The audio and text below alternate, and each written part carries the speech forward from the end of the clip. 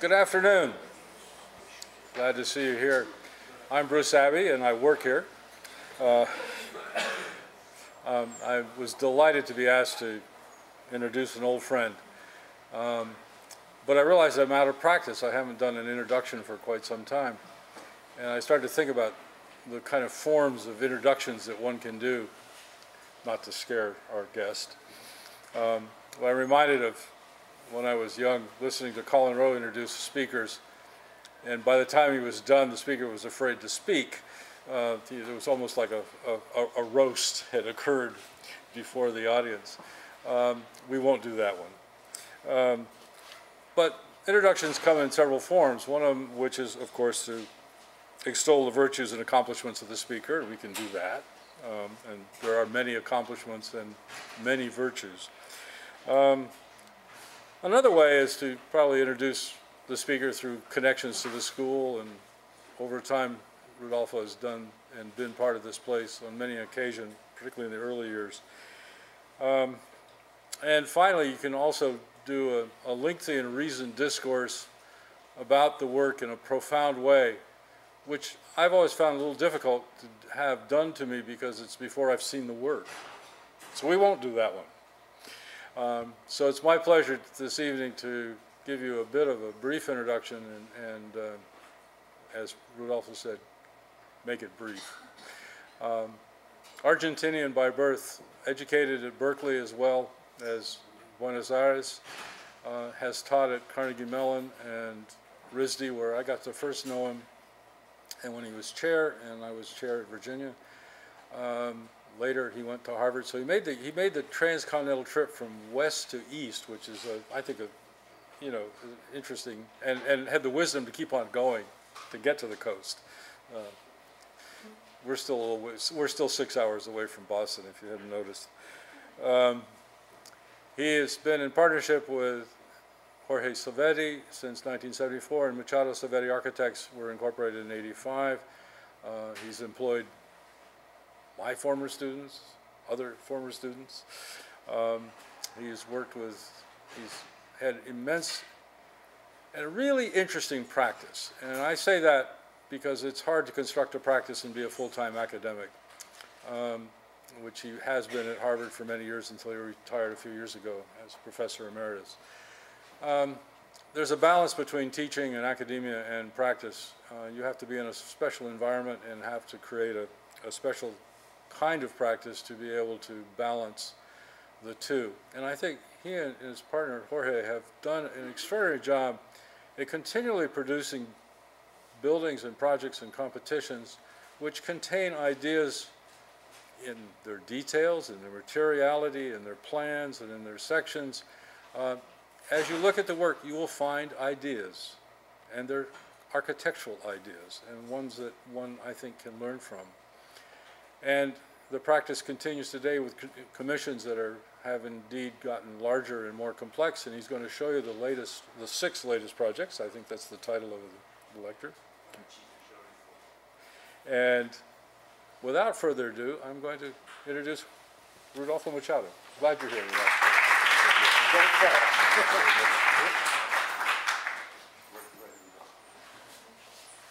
He's hung up for a moment.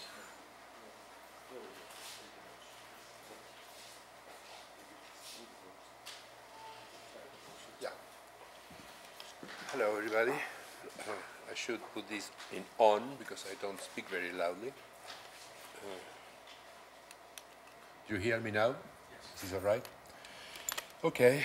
Thank you, Bruce, for your kind introduction. I was telling some of the students that I used to come here quite a lot, many years ago, during the deanship of Werner Seligman, when there were strong ties between Syracuse and Cornell, and Colin Rowe was at Cornell, and I was a friend, and I would say student of Colin Rowe, without having been his student in the general sense. And so I came a couple of times, and it was a very enjoyable time, so I'm glad to be back. It is loud enough. Do you hear? No?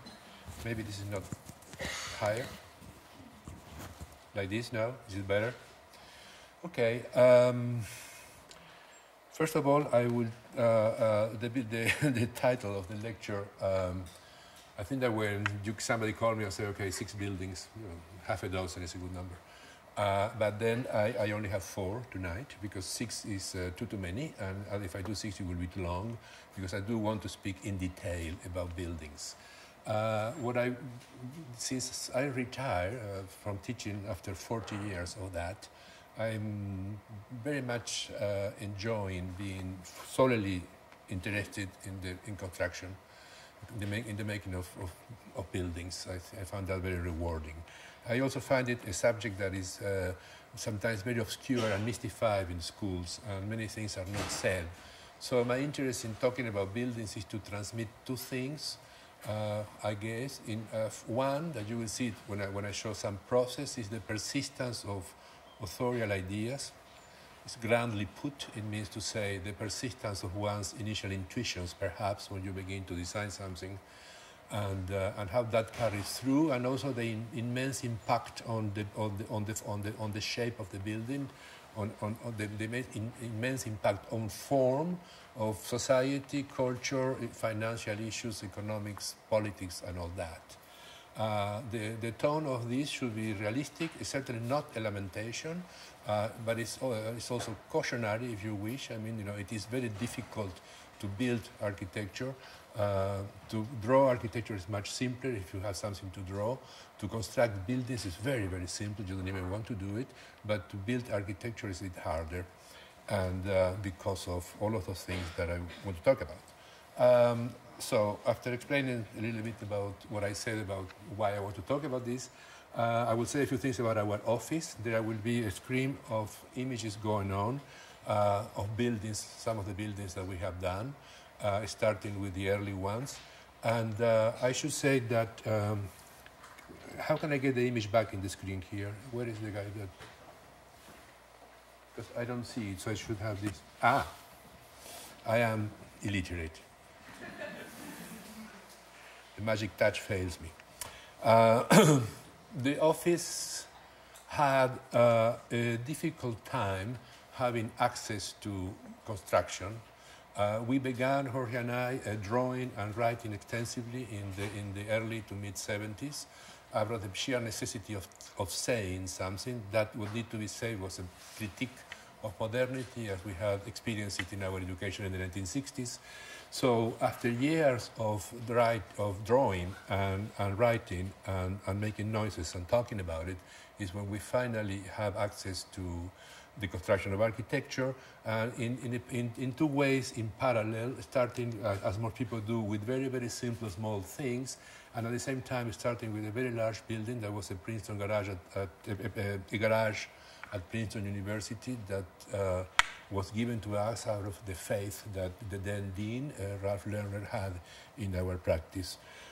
We have done, our office does not work with developers. We work for institutions. We do urban design and public work and institutional work for both state universities or private universities, state or private universities, but we do not do work for developers.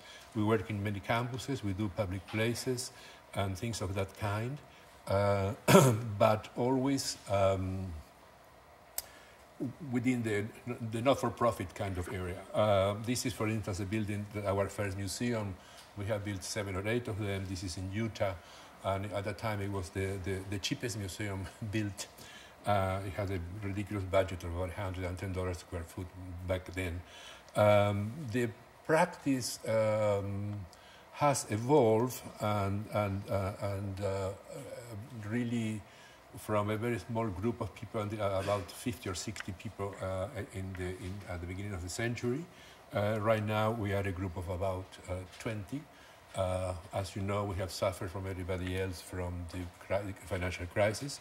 This is a job for David Rockefeller in his farm, and so is this one. It's the rehab of his father's barns into a center for the preservation of ecology and natural products, and also a restaurant that consumes the products that is sold there. This is our only venture into development, and it's in Boston. And we have done work in Los Angeles. You may have seen this very large project for the Getty Villa, starting there and make a full campus and ending over there. We try to work with the specificities of the place and the program and the institution, and we try to represent that faithfully. That explains the iconographic variety of our work. We are not stars in the sense that we impose a so-called signature, or if you wish to call it, a caricature of the self, and endlessly over and over again for the different functions in different places, like if you were the only thing you can do. I found that terribly boring. So I think that working with what is in the place, another rather forbidden concept today, but it's true, it exists. Like for instance, this is a museum in Provincetown in Massachusetts, working with over very large shingles and wood siding in a different way. So that explains why things are that diverse. This is, for instance, public work in Boston, subway stations for the transportation system, and in Dewey Square in downtown Boston. We have worked already in many dormitories in a variety of situations. This happens to be in Arizona.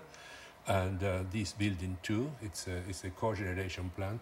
It's great not to have a window sometimes. It really allows you then to make skin of the best way. A museum at Bowden. We work a lot adding to pre-existing buildings. This happens to be an important one in the history of American architecture. A very important Macmillan White building that precedes the Morgan Library with the same concept. And business schools, a museum that I will show today, and a school in Beirut that I will not show today. This was a candidate within the half a dozen version, and I was left out for reasons of time. We do work internationally. We have built in Beirut, in Abu Dhabi, in Egypt. We are working now, we start to work in Vietnam, in a very large campus. I will talk about this building, and I will talk about this one, and about this. And this is a very recent building that Jorge was his partner in charge, so I will not talk about it. It's in NYU, across from Washington Square Park. If you like the first part and you want the sequel, then you should talk about this one. And this is another Jorge's building in Dartmouth, School of Art. So there we go. Number one. I should have to drink because I have a cold and a bit dry.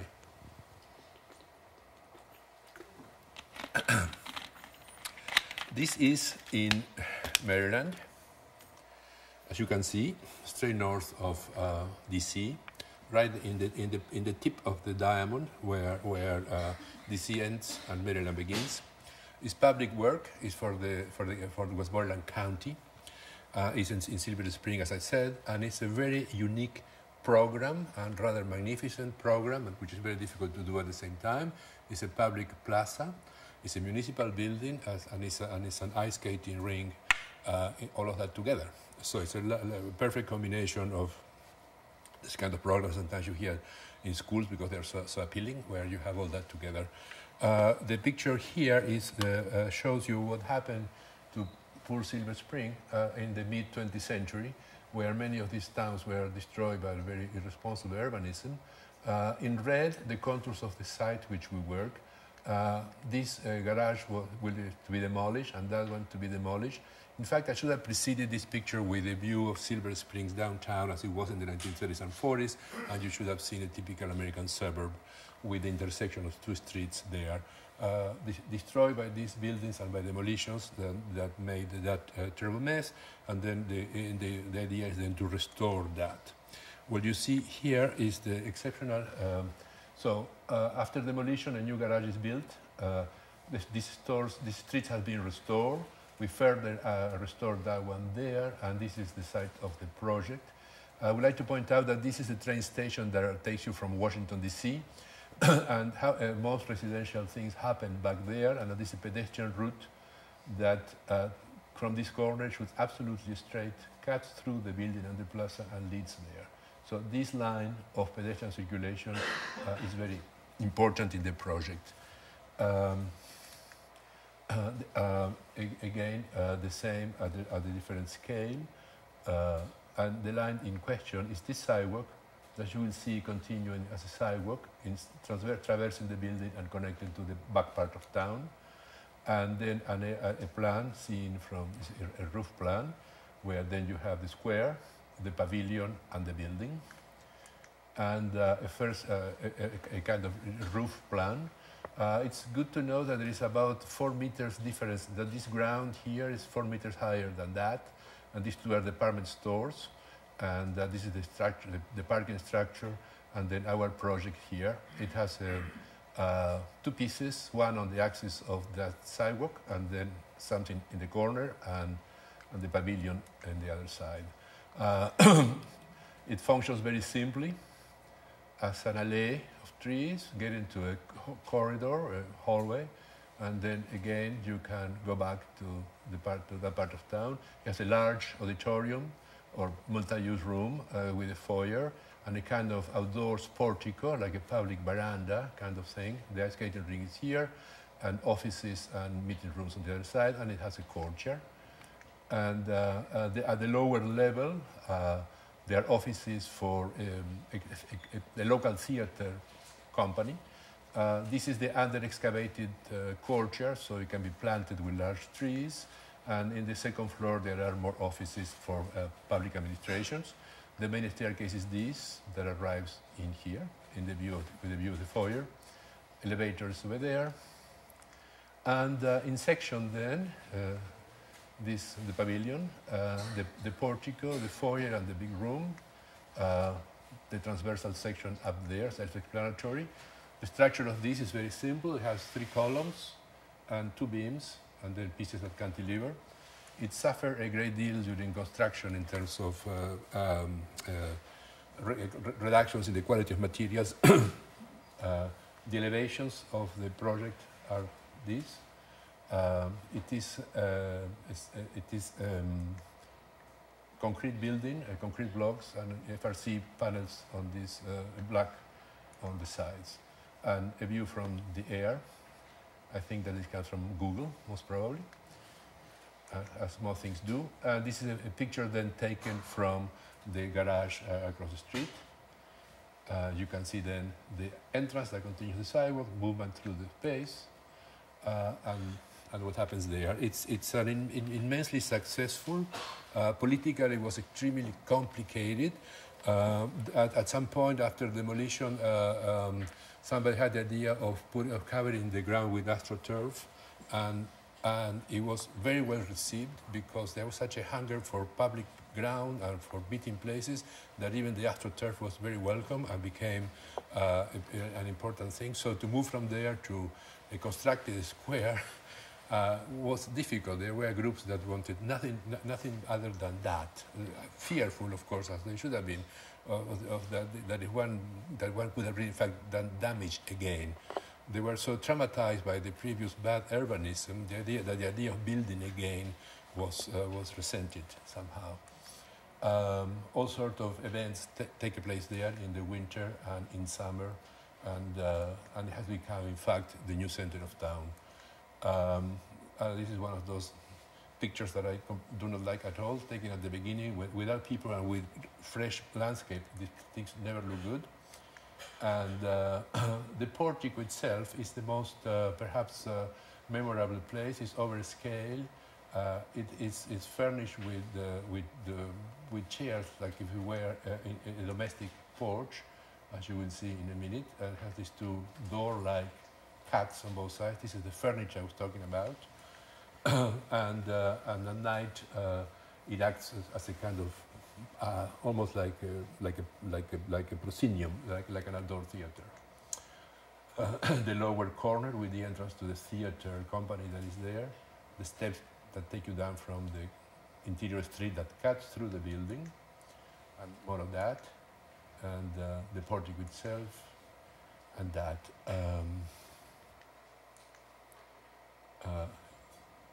In the summer, there is a floor.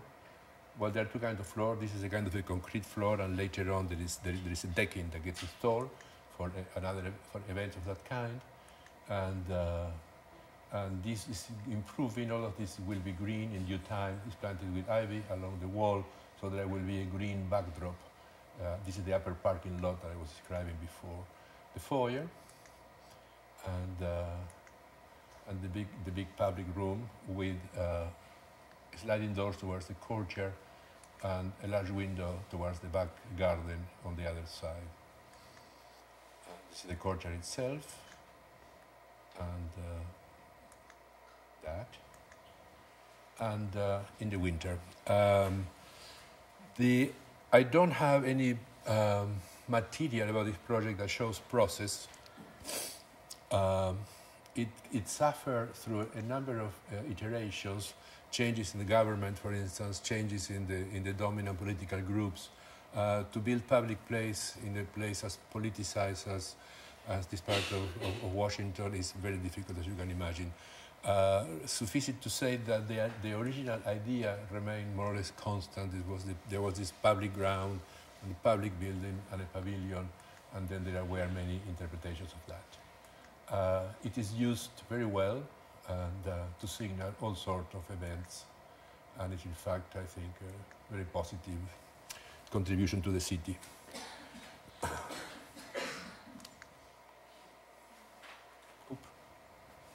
Oh, I think I missed something. I will talk about this museum. In fact, the three buildings that I show now, they happen to be museums, but the talk is not about the architecture of museums, it's about architecture. The fact that they are museums is irrelevant. This is in Wisconsin. A town with a very interesting design between two lakes, as you may know, with a hill, and in the hill there is a Capitol. Next to it is the University of Wisconsin, which is all of these grounds that you see there. A geography with a deal of identity and very good scale for the city. So it's quite a jewel. And this was in fact a very happy process with a very enlightened team of the state, the city, the university, and many other stakeholders. Around here in this rotated grid is where the Capitol sits. The university is all of these grounds. This is a major street called University Avenue. Our site is there, and there is an existing museum, and there is a master plan that connects this university through a mall to the lake. You see the same in some detail. This is a picture taken after our building was built, and you see through there, so the red filter, you can see the roof of our building, and then this is that. This museum needed to expand. The museum is, this is the original museum. This is the site for our expansion. This is University Avenue, and that is the mall that we developed to the lake. We inherited this master plan from the office of Cesar Pelli, and it was a very good one in the sense that it made a great deal of sense. Everything was where it needed to be, and it stressed the importance. 1 second, I'm in significant distortion here. Of University Avenue. This is the building. Sorry. Yes. This is the building, and this is the addition, and then that the mall going to the lake. What the university did was ask for qualifications. They got about 50. Out of those were reduced to a short list of 5 firms, and those 5 firms were interviewed, and we were asked to go to the interview, one of those 90 minutes type of events, with ideas for future growth of the museum. The program was very simple: to exactly duplicate, to double the amount of gallery space, plus other issues having to do with very much accessible loading dock and this kind of techniques. In this picture, you see the building. It was done by Harry Weiss from Skidmore, Robbins and Merrill, Chicago, 1964. One of in that moment when modernity flirted with classicism, and Philip Johnson did many of those things, and other architects too, like Edward Durrell Stone and many others at that time, even Harris and Abramovitz, where they look at the classical and somehow allow themselves to compose the spaces in a classical fashion, but always with the contemporary language of mid-20th century America. This is buildings that were demolished because it became very insufficient, so that is our site. The building, as you can see, this is the building to be demolished. It's made out of stone and local stones with a copper roof. It has a very unfriendly, let's say, the negative, impenetrable, not very receptive ground level, and then the galleries on top. At this level is there's a library for the art department, and the building is very much an object, freestanding, and it has a very difficult corner situation, which I will describe, because it's very difficult to add to it. There is, as you can see, the kind of neo kind of Romanesque or medieval type of thing in stone. The floor of the galleries is here, so this is above the floor level. If the floor is not here, it's there. You'll see it in the section. It's a well-maintained building. It's very strong. It's not disliked, and it's not much loved either. But the way in which it touches the ground is always very problematic with this building. This is then looking east, the building in question. And you see again that difficult corner. This is the building that was demolished. I would like to show you then what happened at the architect selection interview, which kind of ideas did we present, and why we got to work on it. This is material from that interview, where you see a diagram that shows the lower layer of the existing building, the importance of a front plaza to be developed here along the avenue, the mall, and along the line of the mall, a very special moment with the courtyard, and then this is the addition. The brown buildings for the School of Music, that it was not very clear if it was going to be part of this commission or not. We had to assume that there was to be another important educational building next to it. Clearly, the building has two fronts, a city front on the avenue here and a campus front over there. And if one places something here, it could have an entrance at that moment. Our logo, if you wish, or our motto is that this should be one museum, that it was never going to read as a museum plus an addition, or as an old building with an annex, but one museum as one thing, not two, but one. So that made it very difficult because of the nature of this object building, which is hard to attach. So how do you make another unity, which is also an object, but much larger when you in fact duplicating the size of a building? So that's the important street front in front of that plaza, and the campus front on the other side. That could be different in character.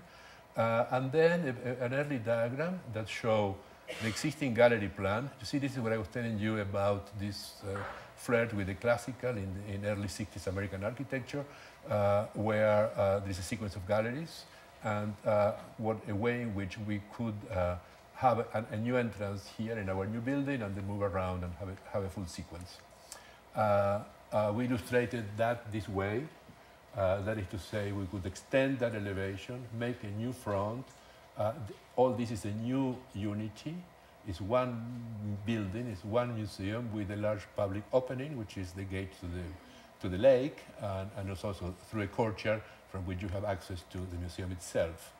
And a very early perspective. These things, remember, these features are done in absentia of any kind of dialogue with the client. This is intuition working, trying to obtain the construction of a building, and some of them carry through the process until the very end. This was done for that occasion. It's a building with an important lobby space or atrium, and a way of expanding the mass into two. We also presented another alternative where there were not one bridge but two, and in red is pedestrian circulation, as you can see there, and so the upper plan, the third floor plan, could double this way. And this has some advantages. I mean, it has a spectacular public place connected to a courtyard, and a good and efficient sequence of galleries. Remember that this work was done in 2 weeks, and without, just presenting ideas, and a section through both the existing building, a bridge that is also a gallery, and the new museum. Essentially, this ground goes up, and that. At that moment, This was seductive to the group that was interviewing us, but there were many fears about issues such as, for instance, cover public space, too shaded, windy, drafty. You know, it is Milwaukee by the lake. It's very, very difficult winters. So there was a fear that it could not really produce spaces that were well adjusted to the conditions of the climate there. And there was a third alternative, so the one bridge to this, and this, which I thought of it to illustrate what would happen if you pay no attention to the existing building and made just a shape, which is a very popular thing to do these days, a form, a shape, regardless of context or of anything else, and the negative value that the thing should bring to the existing museum. Well, so that's a shape, but it's still connected to a bridge. It has its logic. We began to work. We obtained this commission. We began to work, and demolition takes place as it normally does. The diagram is clearly established. This is what we have presented. This is the urban design. And then I managed to start working with the double bridge. Some people in the building commission, mostly the museum director, felt that the double bridge partie had really very good ideas for a sequence of galleries, and that we should in fact try it. So what you see here is many different ways of getting up to the gallery levels, different locations for the staircases. They're all different.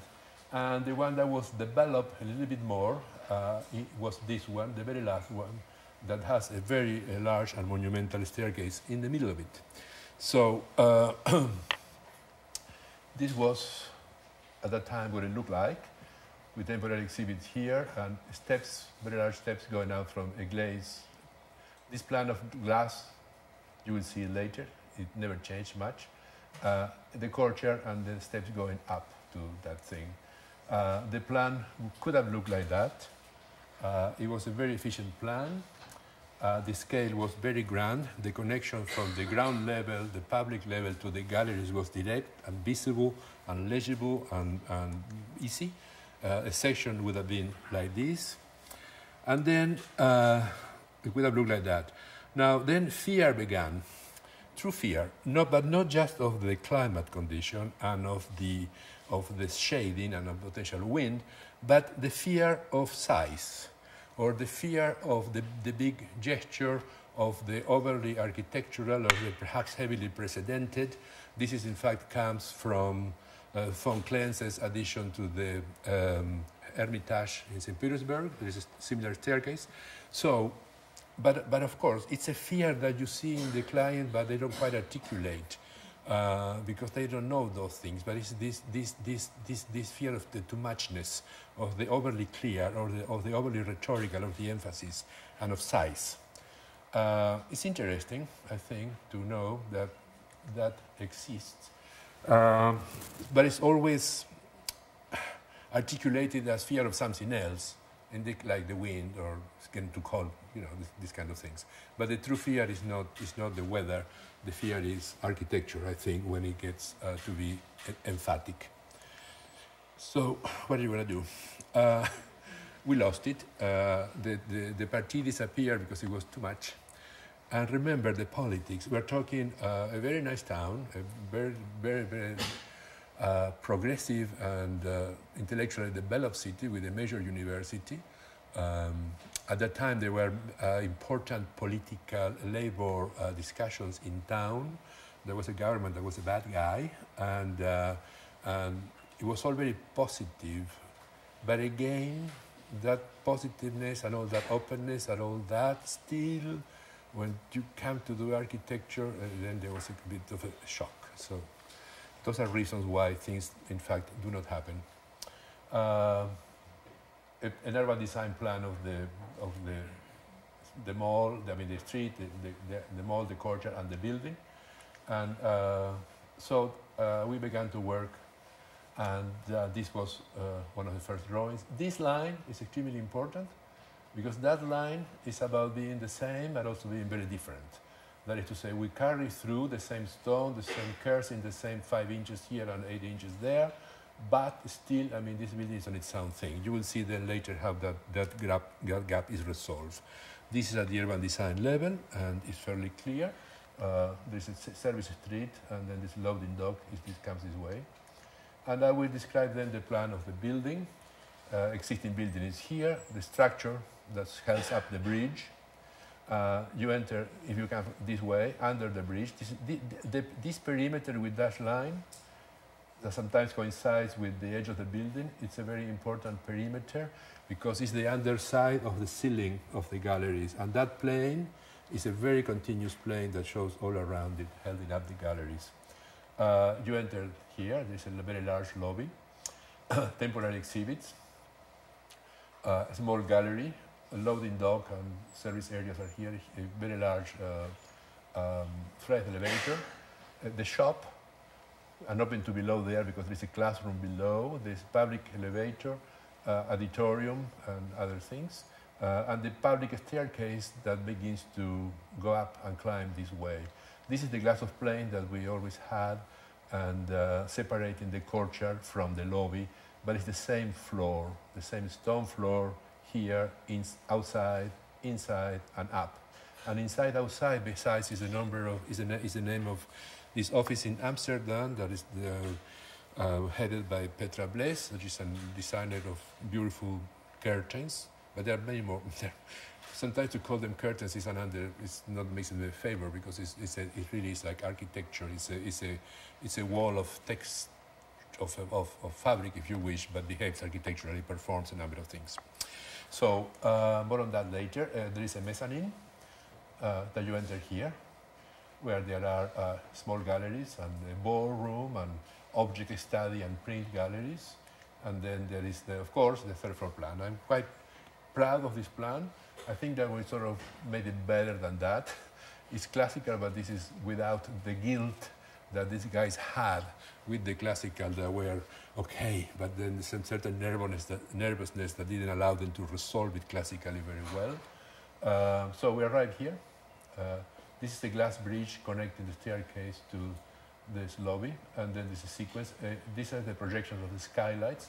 Natural light is important, and then there is a bridge, and then you see this ramp allows you to go from this level to that level, and then that is what is the problem caused by the form of this building, and the gap, very important, ends here.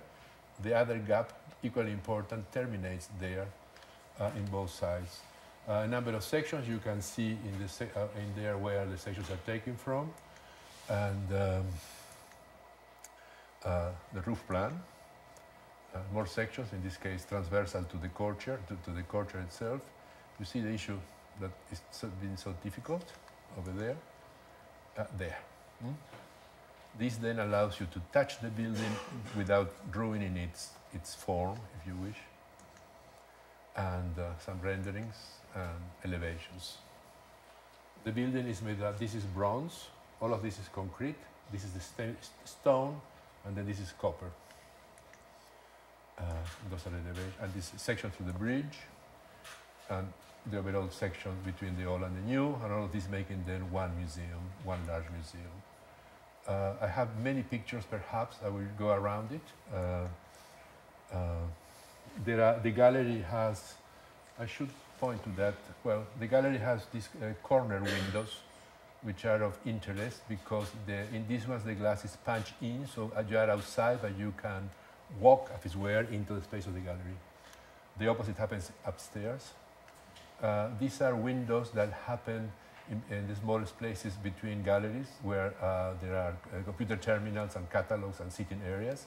And you see what happens to the stone, that it begins exactly the same, and begins to transform itself, and it begins to do this kind of fluting, and it terminates in a full fluted wall on the other end. You can see the windows in question, that.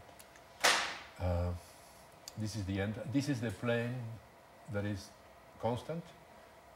You see it always under the galleries.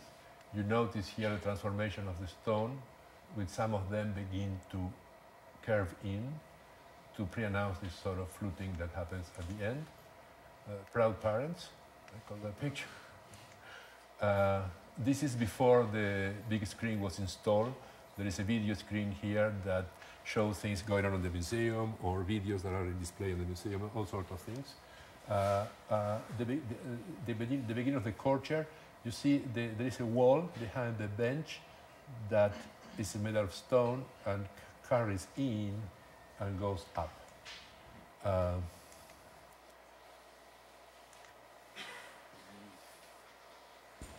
See that ceiling plane? Loading dock and the mall where there is a big window on this gallery because it's to display glass, and that's the moment when the building wraps around but doesn't quite close, and the mall itself.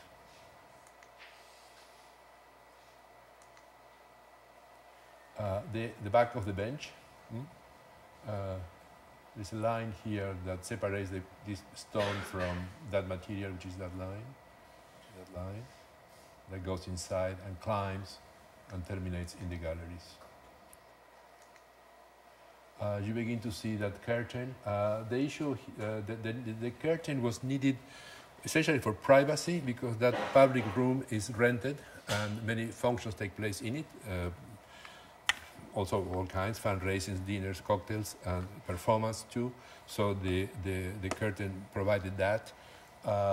Plus it does other number of things having to do with very prosaic things such as allowing for the air conditioning to flow through to different kind of peeking into the space and so on and so forth. The issue of the touching moment, which is a difficult one. And you see that it's important because it's the same detail that will carry through inside.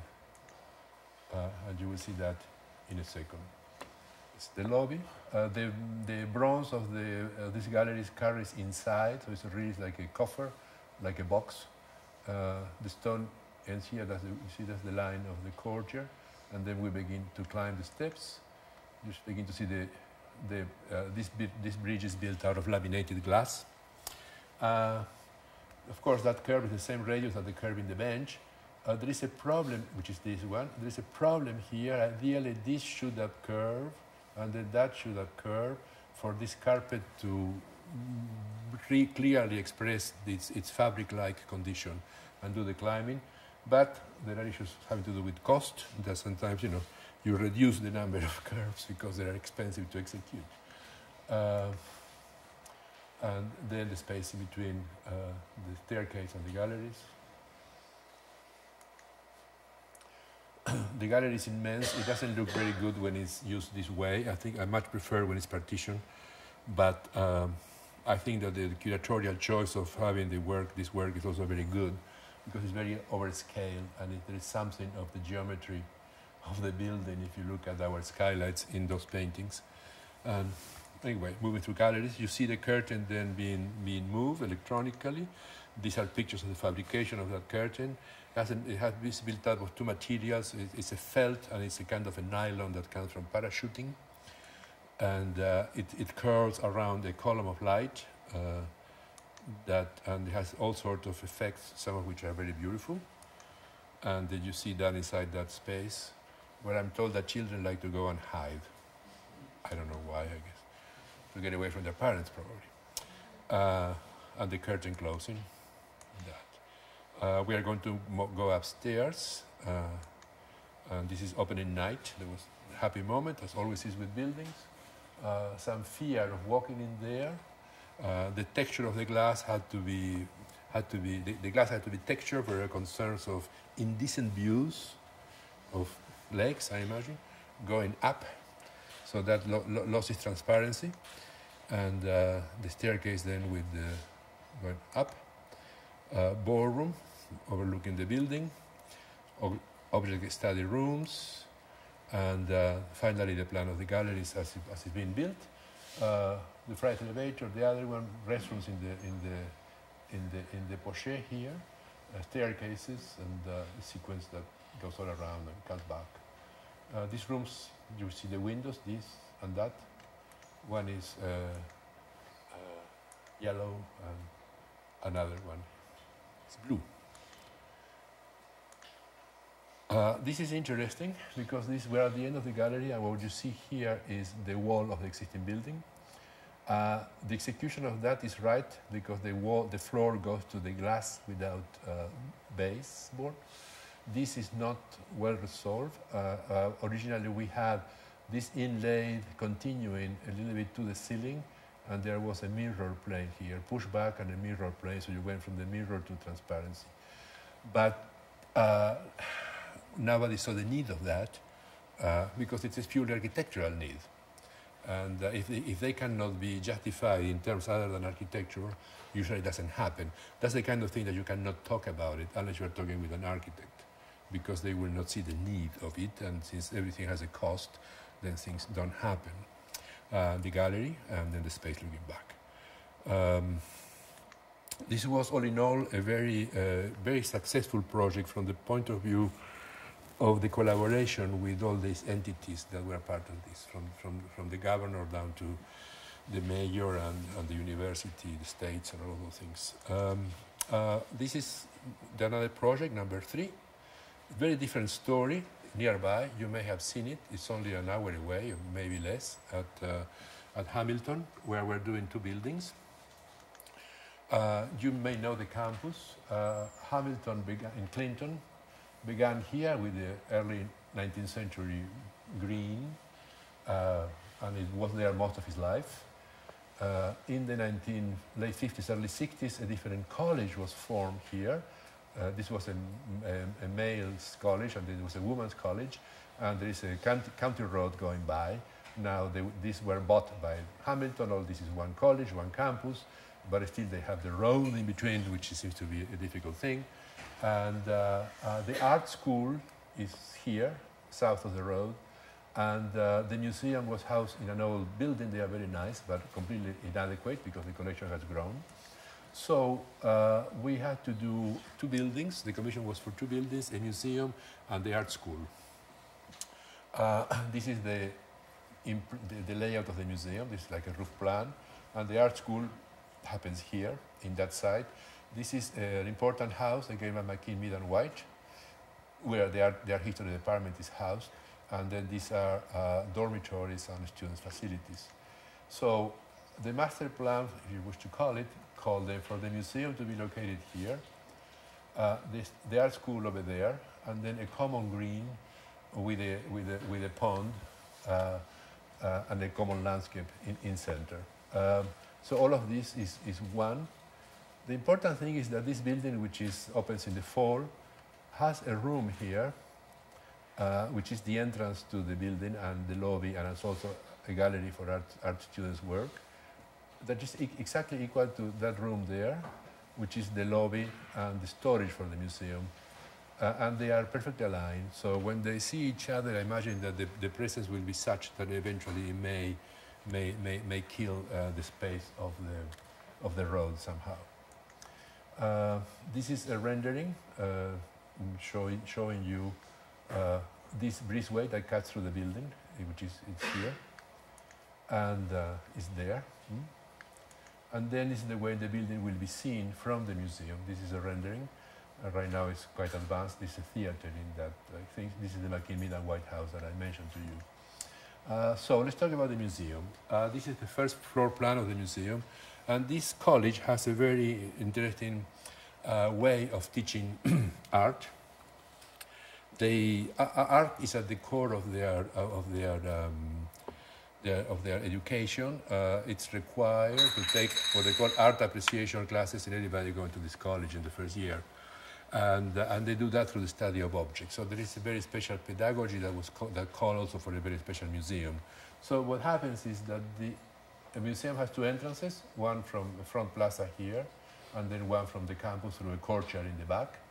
And then it's lined with glass vitrines that contain most of the objects that they use for teaching. So in the end, it's a space that you enter the museum through the storage area, and something that you can only do here because of the relevance of that collection for the students. And it's also a path. There's a campus path that goes through the museum, and this is lined with the collection, so it's a path, and it's a lobby, and it's a storage, and it's all one. I should say that, well, you can see that it has a tripartite composition. It's a central volume, which is the entrance plus storage and service here, the main gallery, and then smaller galleries and service on the other side. This is the section. It's a very simple building. These are the vitrines, that even those are very narrow, but they can also be useful to display objects. It's a very simple building, and this is self-explanatory, and that's the way it's organized. Originally, it had a front plaza, and it also had a back garden, like a sculpture garden. I wanted that to be wall up. It was about 4 meters tall or so, and green inside, planted with ivy. And it was also traversable. You could enter here from campus and exit on the other side. The courtyard was the object of severe scrutiny. Everybody wanted to have it. I mean, they felt that a sculpture courtyard that can be tented as social space in the summer could have been great. It was traversable up the hill to the back street, and you come this way. But all of a sudden, in the process, a fear was raised by students that would become a dangerous place because they could be attacked in it. So that immediately killed it. That voice carried through. Everybody withdraw from the idea of the courtyard because of the fear that it could become dangerous. So there you go. One of those reasons why courtyards don't happen. And public courtyards, I imagine. I thought it was an over-exaggeration. I mean, it does not seem to me like it's a dangerous campus. It's rather idyllic. But that fear of personal attacking, of danger, killed the idea of the courtyard. The building's second floor is very simple. It has seminar rooms and storage for paintings here, and offices for the director and curators, and that's that. And that's a section through. I forgot to say that this is an important classroom that projects towards the street, and it's a very popular classroom. Everybody wants to take classes in it because it's quite beautiful, because it's glass, essentially, and you have very good views from it. There was also a great deal of issue of materials.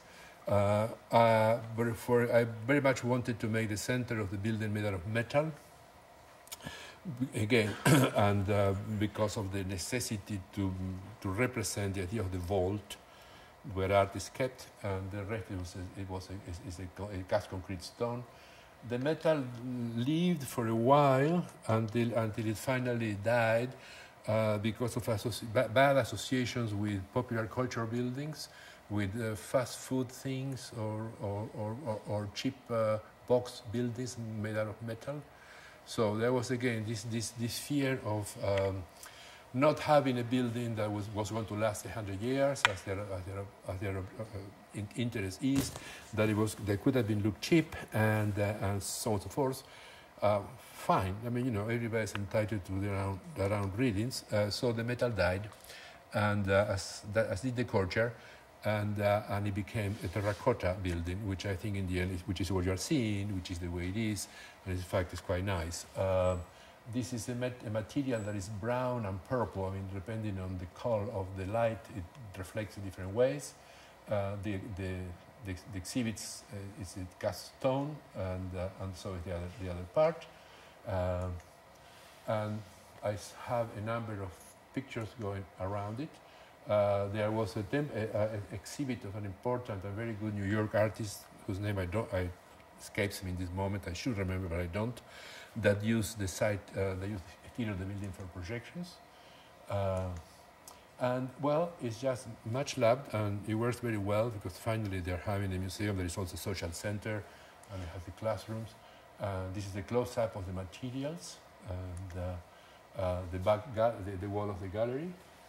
We're moving around it, as you can see, down to what remains of the courtyard, which is a floor. And this is seen from a bench that terminates that courtyard, not unlike the bench in the Chazen, I would say. Maybe we have some little bench of session there. And the back, where you see also the entrance to the building from campus over there. We should go inside and show the galleries. You see, these are the vitrines. It's a very interesting space. It's not that wide, but it's the reflections make it very wide and special. It's completely glazed floor to top. It's 22 feet tall, and has a glass staircase in the middle. You see the classroom, the entrance to the classroom in the background, and this is where the collection is housed. And again, some artists, the same artists that I showed before, doing some site-specific work, taking the window and the natural light coming into the gallery as the source of part of the work, if you wish. And then looking back, you see a lounge up there and the courtyard behind. Some details. As you see, it's a very plain building. Sometimes one doesn't, one shouldn't talk much about it because it's sort of self-explanatory. The ensemble will be completed with the other buildings. It will be done, which happens in the fall. And I'm looking forward to see if this question of the two equal rooms facing the road really work, and what do they do, this kind of vibration that's supposed to make the road go away. I'll show you briefly this building because of the very interesting political process that took place here. We are in Charlotte, somewhere there. Clinton somewhere here. He didn't make it to the map. Again, one of those processes where you begin with interviews, where you begin with about 5 or 6 firms, and then this is Charlotte, a city that was really clean. I mean, this one suffered more damage than Silver Spring. They essentially cleaned it up and destroyed and erased it almost completely in the 50s and 60s and 70s, almost up to more or less early 70s. It became parking lots around towers, so a new vision of downtown. Now there is a desire to bring institutions back into town. The Mint Museum has always been housed since the 19th century in the original Mint building, where money was made, and it's a villa type of building in the outskirts of Charlotte. And it became somehow difficult for visitors or tourists to go there, so they decided to move downtown with a much larger and large facility. There is an important street, which is this, and 2 blocks. Now, what happens there? The museum has no money, but everybody wanted to be downtown. This block belongs to what it was called then the Wachovia Bank. Wachovia Bank died during the crisis in 2009 while we were working on this. The bank built itself a tower and a lower building with the trading rooms. Lower means about 5 stories. This is about 50. And the other half of the block is for 2 things, the Mint Museum and a residential tower as tall as this on that part of the site.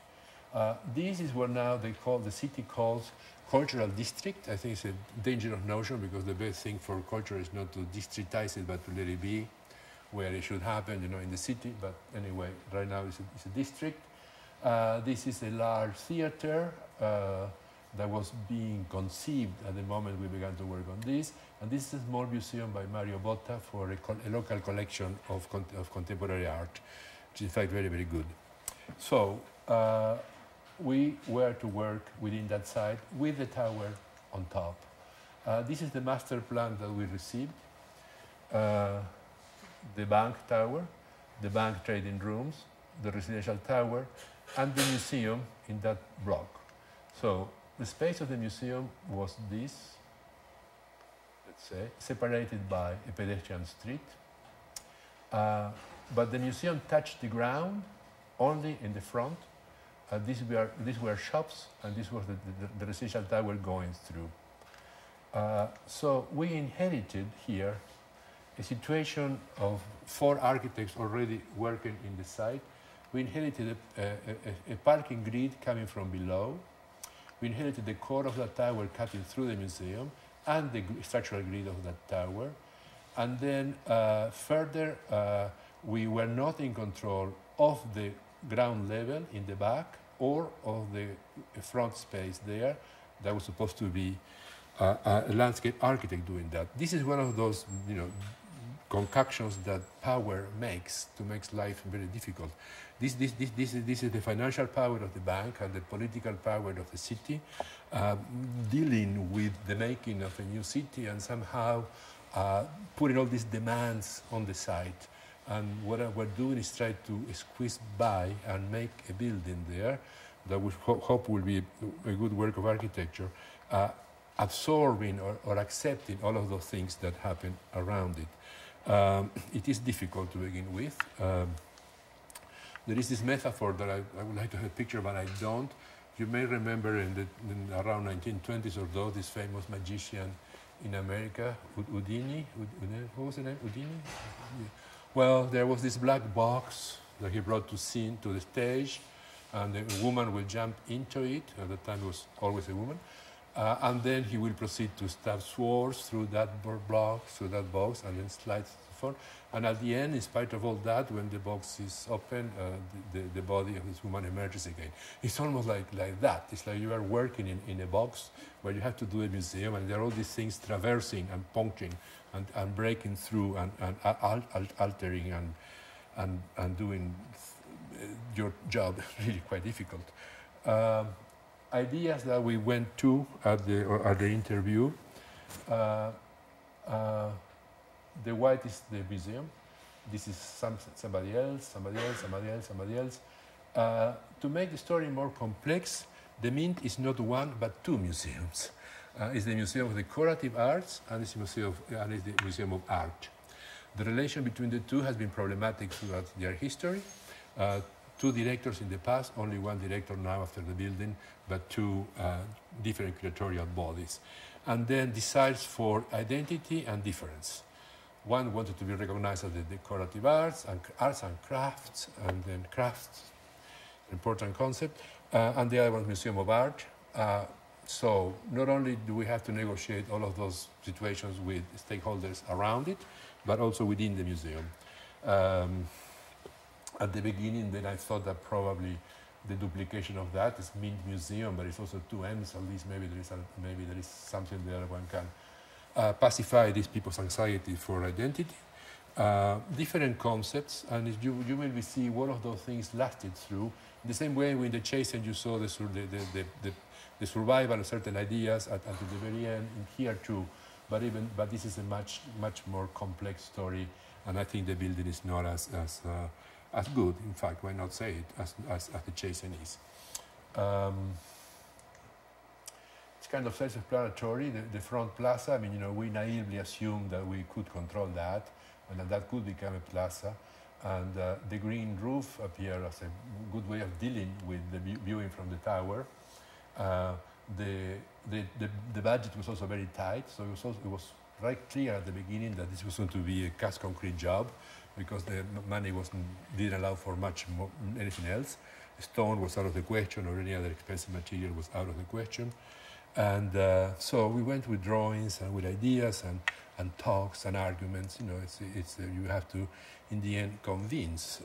Otherwise, why would they want to work with you? This one was geared at the dichotomy between the arts and the crafts, and how those two things could be combined into one building with a roof garden. And and you see the two signs and the two things, common circulation for both of them, and another versions, and there were many. I mean, we always go there like good guys with lots of ideas and lots of drawings and things. This is the Bota building, which is it was beginning construction at that time. The tower hasn't happened yet, even though we are traversed by the core. The core is built. Very soon, probably with the changes in the economy and the market, it will be built. And then I will start then with the project. Some ideas about doing massing studies. I will move through this fast. They are self-explanatory. It was clear that it was going to be a box. The box needed to be articulated because it was very large. It's about 95 meters long by about 30 meters wide by 6 stories. So, it's a big shoebox. And that needed studies.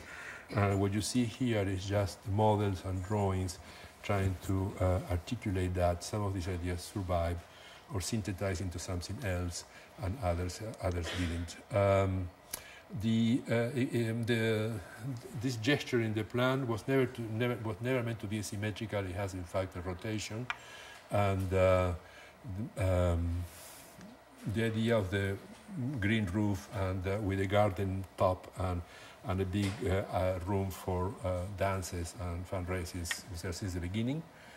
It was clear that the only way that the museum can only happen in the Piano Nobile, because in the street we only control the front.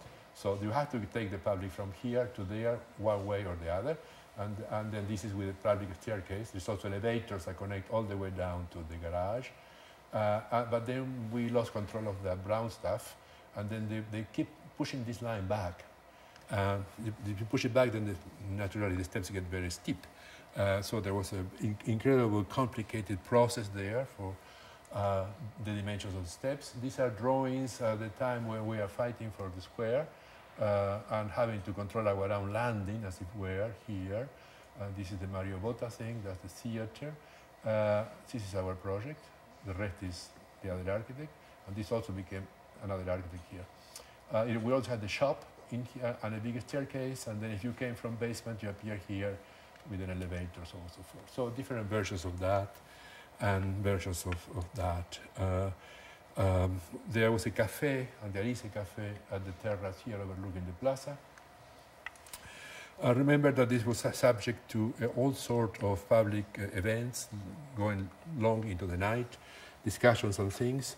This profile I always liked, and I think it's a good idea to make this public skin very thick and strong as a way of competing with the fact that you have 50 tourist towers, and one on top of you and one next to you, and after all you want to assert the presence of the museum itself. This is the political line that was debated to death. How much can we invade, quotes, what we didn't control, which was that, and different versions and that. The skin was finally approved, but there was an immense discussion about the percentage of panels that will be folded and the percentage of panels that will be flat. Because they thought that if you were over 75%, it was going to be overfolded, and it was going to be, Byzantine discussions which make very little sense. But in the end, the number of panels that articulate or bent was controlled by a percentage that was discussed by the bank and the city and all of those powers that be. So this is to give you a hint or a taste of the conditions that determine the form of architecture. After all, in the end, besides one's desires. This is not important, connection to the underground building and how the tracks deliver art to the museum. A first set of plans that I will not explain in detail. This is the Piano Nobile and auditoriums, and there are two levels of galleries. One, finally, the story was settled, okay, arts gets one floor and crafts gets the other floor. And they are different, but not that different. And there is a top floor that has the roof garden and the special events situation. Drawings of that thing that show you how it evolved. The glazing of that wall was also discussed. There were always windows of the galleries looking into this big space. I'm very interested in the making of public interiors. I think that in public life has moved to the interiors in most cities, and there is an important subject of study there. At the beginning, there was no time for escalators, so it was done with an elevator and then steps, and then the steps could have been used for projections of this kind. And then there was a donor with money for steps, so that alters the situation quite a lot. And these are studies for the window. All of them is seriously cost evaluated. The most expensive was the one with glass mullions, which of course were not affordable. This is a very, very, very tight budget, and a rendering very close to the end of the design process. And that is, in fact, the drawing that tells you what is that we did and what we didn't. It's just the first floor over there, the box, and then, as I said, like a San Sebastian piece, traversed by towers, buildings, and all sorts of events. And then the final set of plans. where you see the shop in here. When you come from basement, a garage, you appear in this lobby, and then you can go inside here. This is the pedestrian street cover. This is the pedestrian street not cover. Entrance to the tower, and then this in gray, there are shops. We lost control of this and of that and all of the rest. The design of the pedestrian street, it was the funniest thing. It was either pathetic or funny. This was the side of our building. No, this was our side, and then it was the other side, and then these two architects had to agree on something. When you should have seen the original design for that, it was hard to take. We agree on something anodyne and bland, but perhaps correct. Sometimes this is all one can do when you are confronted in situations of this kind. This is the design of the interior street. We finally made it in such a way that makes sense as one space other than two spaces. And the final plans, I don't describe it, they can be read well with the galleries and the other galleries. The good thing about the galleries is that they are always traversed by the windows and doors are aligned, and it's very nice to be in them and then have a glimpse of the city around it. There is an important line that goes like this, and one like that, and then one like this. So the building is also traversed by lines of vision. And then the rooftop, major discussions about if one should cover this or not. For parties, the fear of water coming in and damaging things. And these are elevations, sections. You see what this does to the galleries. And more sections. In construction, these panels are huge, and they are done with the travertino powder, crushed travertino, so they get the coloration and something stone-like about it. In fact, they're quite beautiful in close-up. And then some final renditions. This is terrible. All that was done by the bank in this sort of mall language that you can see everywhere in the country from anywhere for any function. And then ourselves then trying to articulate that wall and be present somehow and establish a difference with other things. The building has become an icon in the city, for better or worse. There are many postcards of all of these buildings now, which I think is nice because they enter the imaginary of the city in a way. All of that is designed by an expert in shops, commercial architecture. We stopped the design right there with the entrance to the passageway. And then they like it so much that some people also are taking it as a sort of escalation. The building became a rock or a mountain, and they climb it like once a year or twice a year, and they arrive to the top, very happy. And then some final shots of this. You see the Mario Botta building in the background, which is a beautiful collection. And I guess the inside, with of course the by now customary Chihuly piece that they all have. That's the craft people, of course, and the rest of the space, the ballroom, and the elevators and very large art pieces. The good thing about this lobby is also that the theater across was meant to have a huge panel here that we would have profit from seeing somehow, because it would have been programmed for arts events. But then there were some budget cuts, and the huge panel became smaller panel. So we remain big. The guys across didn't follow, so there is a size issue between two windows, one real and one digital. Pieces of great size and importance. This is Sheila Hicks, a major textile artist, American, that designed that site specifically for that place. It's made out of silk, and then the rest of the galleries, so on and so forth. This is one of my favorite views, when you see the enfilade of the space, the window here, the space of the lobby, and then windows and galleries behind. It's almost like a painting. This is the craft galleries. As you can tell, the budget is minimal. There's no exposed mechanical systems. These thick windows, where we had to put a bench because of fear of the edge and the top.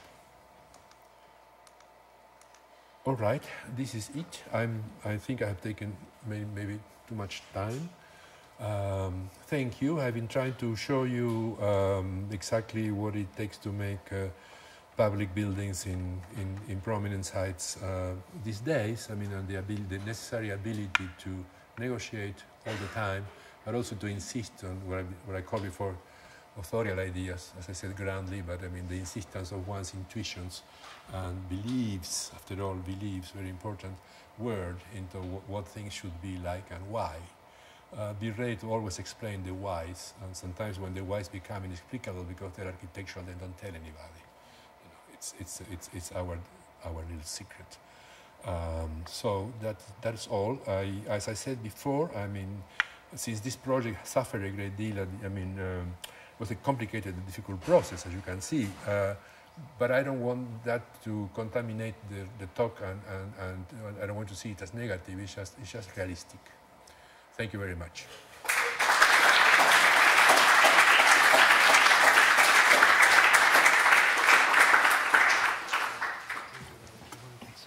Yes, of course, with pleasure. We have a few minutes for some questions. Yeah, I like the questions. They're always the best part. Because there's so much is forgotten. Oh. Yes. Do I get a hand?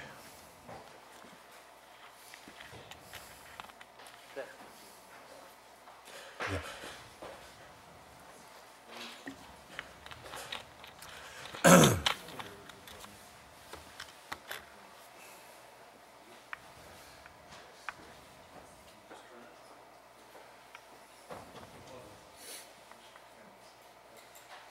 There's something at the bottom usually.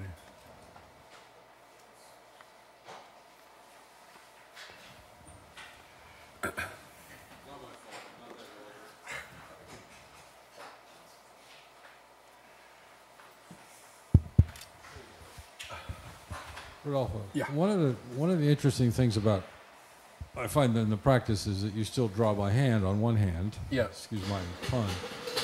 But some of the images, I was struck by how close to digital renderers they look. The final projects and some of the final photographs looked almost as if they were digital renderings as opposed to the real building. And I find that both remarkable in one level, that you're able to capture this through the materiality and the way the detail, how crisp the detailing is, so there's this kind of abstraction to the projects. This one less so, but some of the earlier museums. Yeah, the Chazen program. The Chazen one and the Hamilton one. Yeah. Well, the renderings were always done before, of course, never after. And they're always renderings that have a purpose. They're certainly not art. They are rhetorical drawings trying to convince someone that what you're doing is good. So they're manipulative renderings in that sense, in the good sense of the term. And you know, architects always draw like that.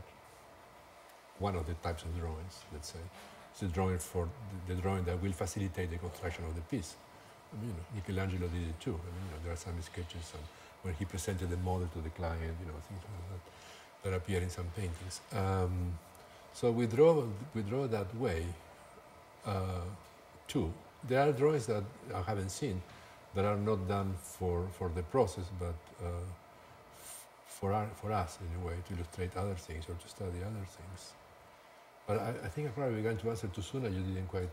Well, I was interested in your, since I've seen your work over the years as it's evolved in the practice, the degree to which the abstraction of form at this point is becoming, you know, incredibly crisp. I mean, the profiles, the sculptural quality of them lend themselves to a kind of a level of abstraction which is, I think, reasonably rare. And it's a quality I appreciate. I was just struck by the images as you presented them. Well, sometimes we don't know what to say. One of the good things about buildings is that you can always tell them that they speak by themselves, and then respectfully shut up and try to do another building.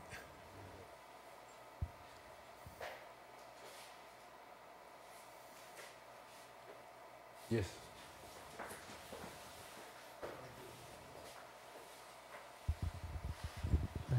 When introducing the second project, you mentioned that because we're talking about architecture, the fact that the following buildings were museums was irrelevant. What is it about the museum as a type or a use that makes it irrelevant to this discussion? No. No, you misunderstood. It is a very relevant issue to talk about the architecture of museums, but I'm not accentuating those aspects in this talk. To me, it's about our architecture and the way in which we manage to build it in spite of things that appear adversarial. Why we do museums is because if you do one thing well, then they give you another, and then all of a sudden you find yourself in a niche, which is not nice. But then, because you're known for that, then you get another. So it's marketing. There's nothing one can do about that. I mean, I would prefer to try other things. Well, we do all sorts of things, but we've done lately a lot of museums. Yes, I think it's by coincidence or by continuity, or like it's some kind of metonymic situation between one museum and the next one. A part of one museum becomes many museums, or the part is that the whole earth could be done on that. Personally, I also enjoy it because the kind of conversations that you have are of direct interest to me. I mean, I'm very interested in art and history and culture and all those nice things. So you get to talk about that with museum directors and with people in that. And I found that much more enjoyable than having a discussion with developers. That's probably the reason why I don't work with them, because I wouldn't know what to say sometimes, or I would say exactly the wrong thing, as happened before. So, it's also a fit, quotes, between your personality and your taste for ideas or your taste for knowledge, some kind of knowledge versus other kind of knowledge, and then how you all that put together in the process of building it. So do you find yourself using, I guess, these projects that are coming to you that happen to be museums as tools to address other agendas that you might have? To address other agendas that you might have? Yes, of course, yeah. One can always do that, yes.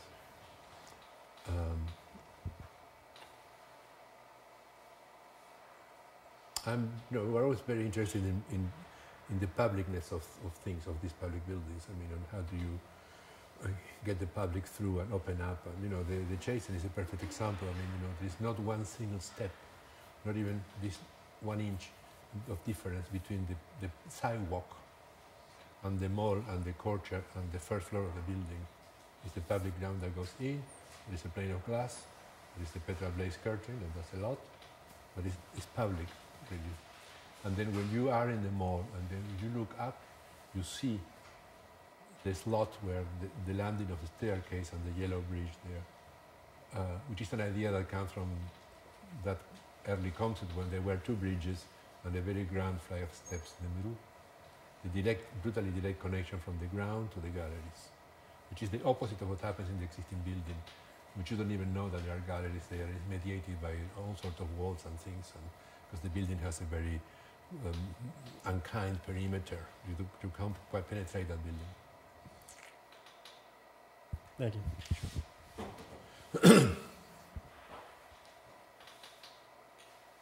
Okay, well, thank you very much.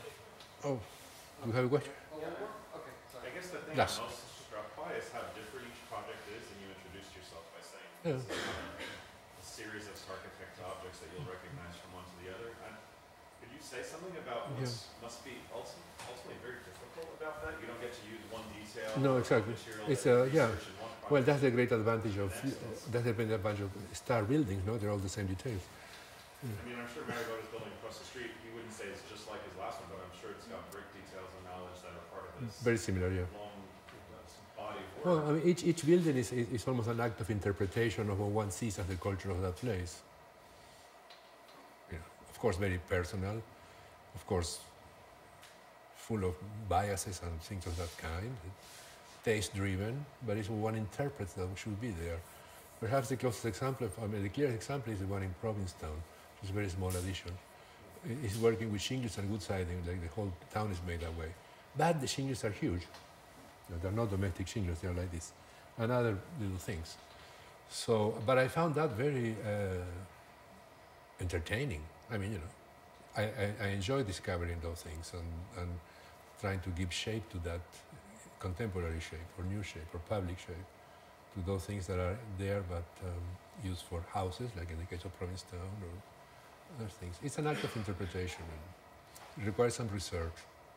And essentially, I mean, I cannot design for a place I've never been. I mean, I don't know what to do. I would not know what to do. So I had to travel. Yes, one more. Yes. I noticed a lot of your designs have a circulation pattern. Stairway becomes a very important element of a lot of these. Yeah. Expresses. Yeah, we've been told that, yeah. So do you start with conceptual design in terms of how circulation No, that comes after.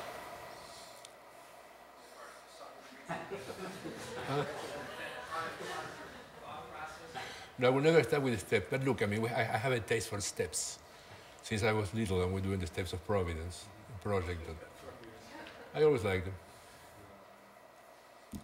I don't know. The influence of Hollywood in your childhood, whatever. Yeah, I wish I would have built the biggest steps at the Chazen, but it was too much to take. Yeah. We were afraid. Sometimes, you know, remember one thing, that this is all work done for very large committees with many stakeholders in them. I have never worked for a patron.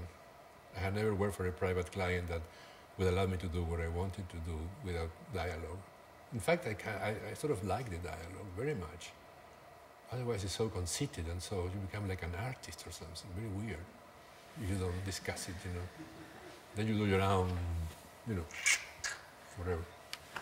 And then, but there must be a line that you have to draw for yourself when you remark about public space, particularly down front, and that exquisite mall landscape design. the one with the curves? Yeah. I mean, you speak very wistfully about dealing with that. You have to. If you want to build, you have to do that. Well, that's what I was going to ask. So, is there a line? It's the reality of power and economy. Yes, of course there are lines. This one was quite close to the line. I was going to ask. Yeah, it was pretty awful what happened in front of it. It's damn bad. Yeah. What are you going to do? I mean, you know, when not being recorded, no? When Wachovia disappeared, I was sort of happy. But then it was bought by Bank of America. And they had the same, of course, they're the same people, they're the same power, they're the same thing. You know, it's a bank is a bank is a bank, you know. And they do that because they think that people like that. People are not that stupid. It's just that, you know, they haven't been shown other things, you know. Well, but as I said, I don't want to sound negative. Because I'm not in the end. I mean, even though I'm sometimes push against the lines, as you said. But I guess you have to have a taste for this. I mean, you know, practice is not for everybody or the faint of heart. I mean, you know, you really have to. But be good. I mean, have a good evening and don't give up. Because, you know, if you don't give up, who will do it? Thank you.